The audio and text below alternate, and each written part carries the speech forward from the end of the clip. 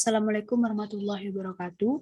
Perkenalkan, saya Kiki Fitriani. Dalam video kali ini, saya akan membuat tutorial atau cara analisis uji cross-step atau tabulasi silang dan uji chi-square.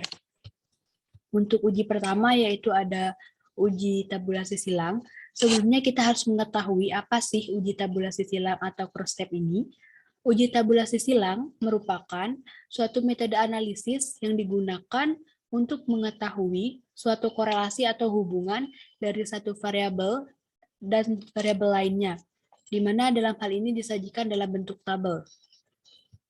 Untuk membuat uji cross-step ini, kita harus mempunyai data terlebih dahulu.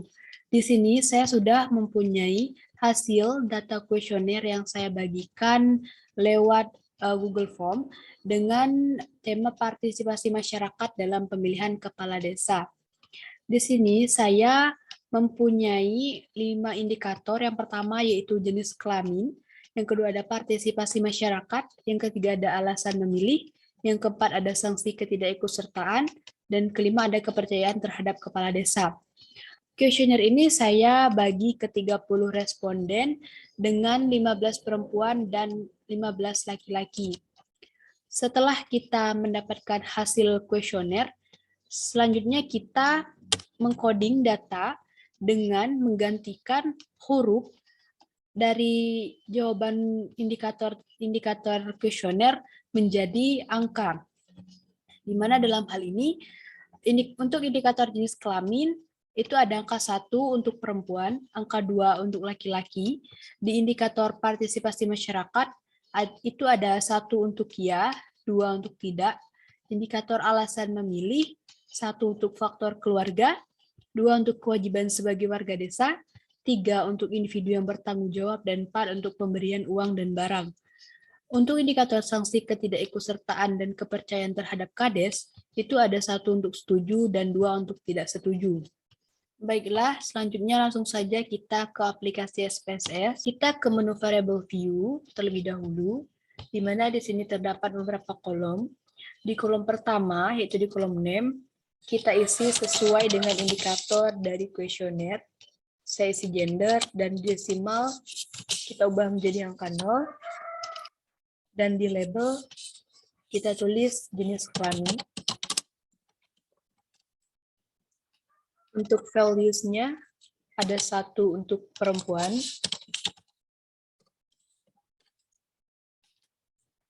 dan 2 untuk laki-laki.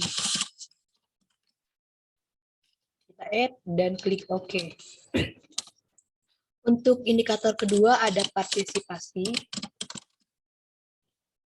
Di desimal ubah menjadi angka 0 dan di label kita tulis partisipasi masyarakat. Dan di values kita tulis 1 di labelnya untuk ya, add, dan 2 ada tidak. Klik OK. Sama aja dengan indikator ketiga, 4, dan 5. Yang ketiga ini ada indikator alasan. Kita desimalnya ubah menjadi 0. Labelnya ada alasan memilih. Dan values-nya yaitu ada 1 untuk faktor keluarga, 2 untuk kewajiban sebagai warga desa, 3 individu yang bertanggung jawab, 4 pemberian uang dan barang. Lalu kita klik OK. Di indikator keempat ada sanksi. Labelnya ada sanksi bagi masyarakat yang tidak ikut serta. Values-nya ada 1 untuk setuju, 2 untuk tidak setuju. Lalu klik OK.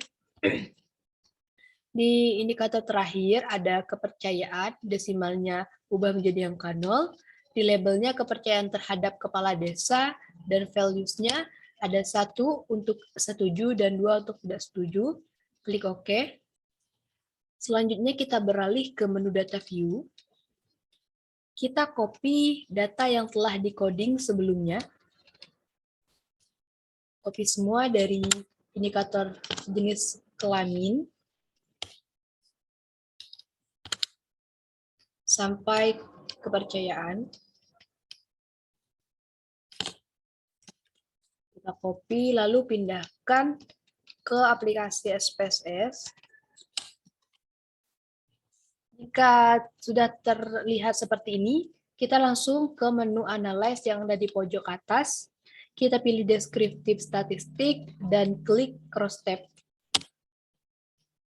Di sini terdapat beberapa kolom di mana saya ingin mengetahui tingkat partisipasi masyarakat dalam pemilihan kepala desa. Jadi untuk indikator jenis kelamin saya pindahkan ke row dan 4 indikator lainnya saya pindahkan ke kolom dan klik OK. Di sini terdapat output hasil analisis data sebelumnya, yakni masyarakat yang berjenis kelamin perempuan yang ikut berpartisipasi dalam memilih kepala desa ada 11 orang, dan laki-laki ada 8 orang dengan total 19 orang, sedangkan perempuan yang tidak ikut berpartisipasi ada 4 orang, dan laki-laki ada 7 orang dengan total 11 orang. Selanjutnya, masyarakat yang berjenis kelamin perempuan yang memilih karena kewajiban sebagai warga desa ada 9 orang, dan laki-laki ada 10 orang, dengan total 19 orang.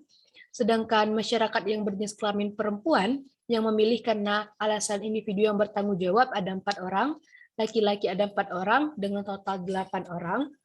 Sedangkan masyarakat yang memilih karena alasan pemberian uang dan barang yang berjenis kelamin perempuan ada 2 orang, laki-laki ada 1 orang dengan total 3 orang.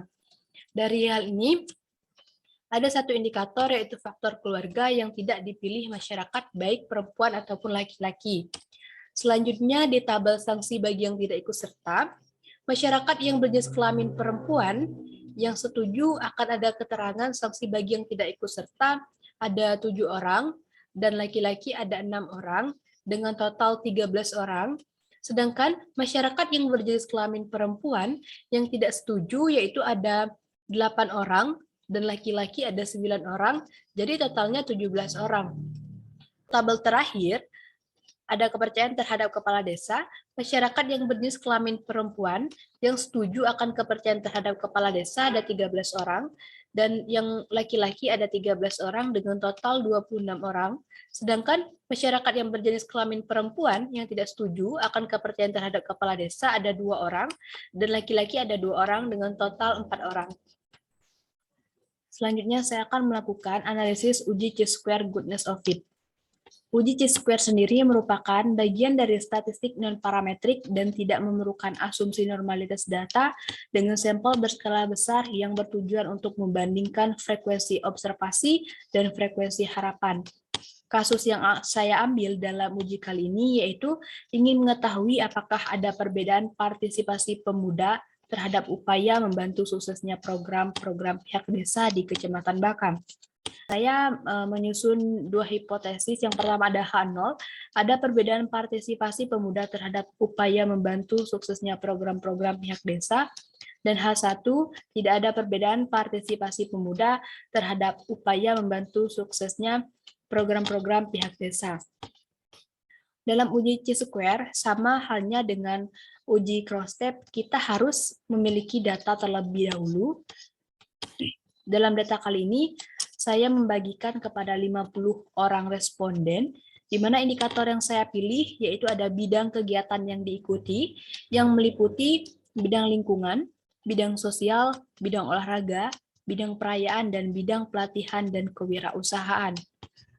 Selanjutnya, kita langsung saja mengcoding data yang telah diperoleh dari pembagian kuesioner, di mana 1 untuk bidang lingkungan, 2 untuk bidang sosial, 3 untuk bidang olahraga, 4 untuk bidang perayaan, dan 5 untuk bidang pelatihan dan kewirausahaan. Kenapa saya tidak menggunakan jenis kelamin di dalam uji Chi-square ini? Karena saya hanya menggunakan 1 variabel atau indikator saja dalam melakukan uji Chi-square. Langsung saja kita ke aplikasi SPSS untuk melakukan analisis uji square. Kita langsung ke menu variable view, dan di kolom name kita isi sesuai dengan indikator yang kita pilih. Di sini saya mengisi indikator bidang. Terus di bagian desimal kita ganti menjadi angka 0. Di bagian label, saya isi dengan partisipasi pemuda-pemudi.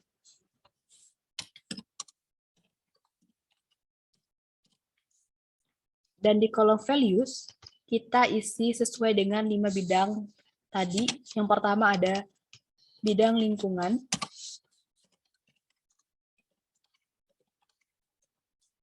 Kita add. Yang kedua, ada bidang sosial. Add. Yang ketiga, ada bidang olahraga.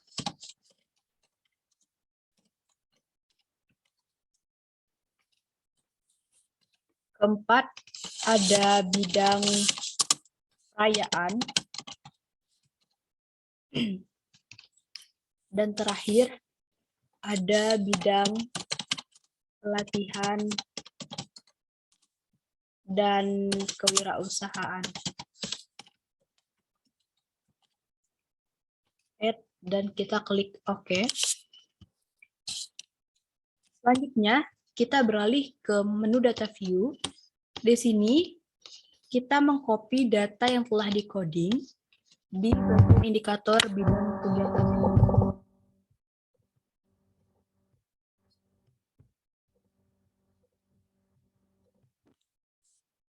Kita copy dan kita salin. Selanjutnya kita ke menu Analyze. Terus kita pilih menu non-parametric test. Terus ke Legacy Dialog dan Q-Square. Untuk partisipasi pemuda-pemudi ini, kita pindahkan ke kolom kanan, yakni di Test Variable List. Dan kita klik OK. Berdasarkan analisis tadi, inilah output yang dihasilkan melalui uji Q-Square, di mana kita ketahui bahwa partisipasi pemuda-pemudi di bidang lingkungan itu ada 18 orang, di bidang sosial ada 7 orang, di bidang olahraga ada 13 orang, di bidang perayaan ada 11 orang, dan di bidang pelatihan dan kewirausahaan ada 1 orang, dengan total keseluruhan ada 50 orang. Dalam uji Q-Square ini, fokus perhatian kita pada tabel tes statistik, tepatnya di kolom asymstic. Sebelumnya, kita mengetahui terlebih dahulu ketentuan dasar dalam pengambilan keputusan uji Q-Square, yakni jika nilai asymstic kurang dari 0,05, maka ada perbedaan secara signifikan, yang artinya H0 diterima dan H1 ditolak.